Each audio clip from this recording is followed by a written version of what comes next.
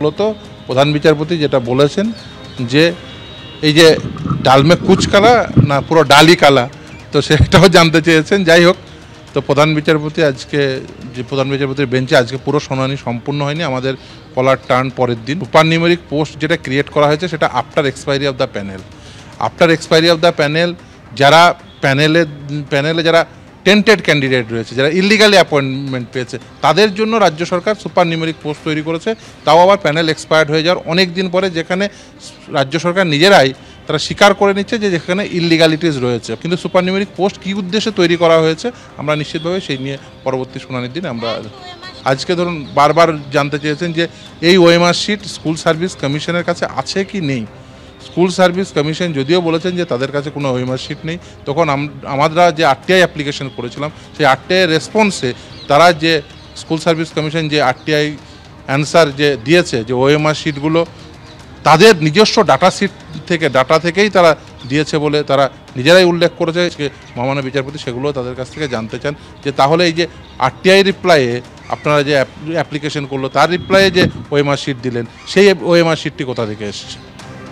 অর্থাৎ বিতর্কের কেন্দ্রবিন্দুতে সমস্ত কিছুতেই এই উত্তরপত্র ওএমআর শিট, সেই ওএমআর শিটে কি রয়েছে জানিয়ে হয়তো এটা করা সম্ভব হবে যে কারা বৈধ কারা অবৈধ, নাকি 26,000 চাকরি প্রার্থী তাদের এই পুরো প্যানেলটাই বাতিল হয়ে যাবে, কলকাতা হাইকোর্টের রায় বহাল থাকবে।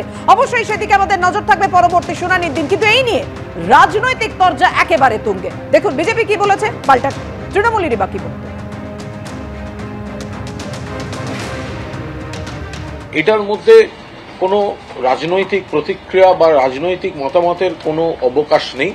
যেটা বলার সেটা সংশ্লিষ্ট দপ্তর বা এসএসসি বা তাদের প্রতিনিধিরা তারা জানাবেন। কারণ কোথাও কিছু সমস্যা তো আছেই, তো কোথাও কিছু সমস্যা না থাকলে তো এই জটিলতাটা তো হতো না। তো এই যে একটা সমস্যা আছে, কোথাও কিছু সমস্যা আছে সেটা তো সবাই জানে, কিন্তু এসএসসি সেই জায়গাটা থেকে দাঁড়িয়ে এখন মাননীয় মুখ্যমন্ত্রীর নির্দেশে শিক্ষামন্ত্রী ব্রাত্য বসুর হস্তক্ষেপে যে ধরনের ভুলভ্রান্তিগুলির অভিযোগ আসছিল তার থেকে বেরিয়ে বিষয়টাকে একটা স্বচ্ছভাবে আনার প্রক্রিয়াটা চলছে। তার মধ্যে এরকম কয়েকটি মামলা রয়েছে।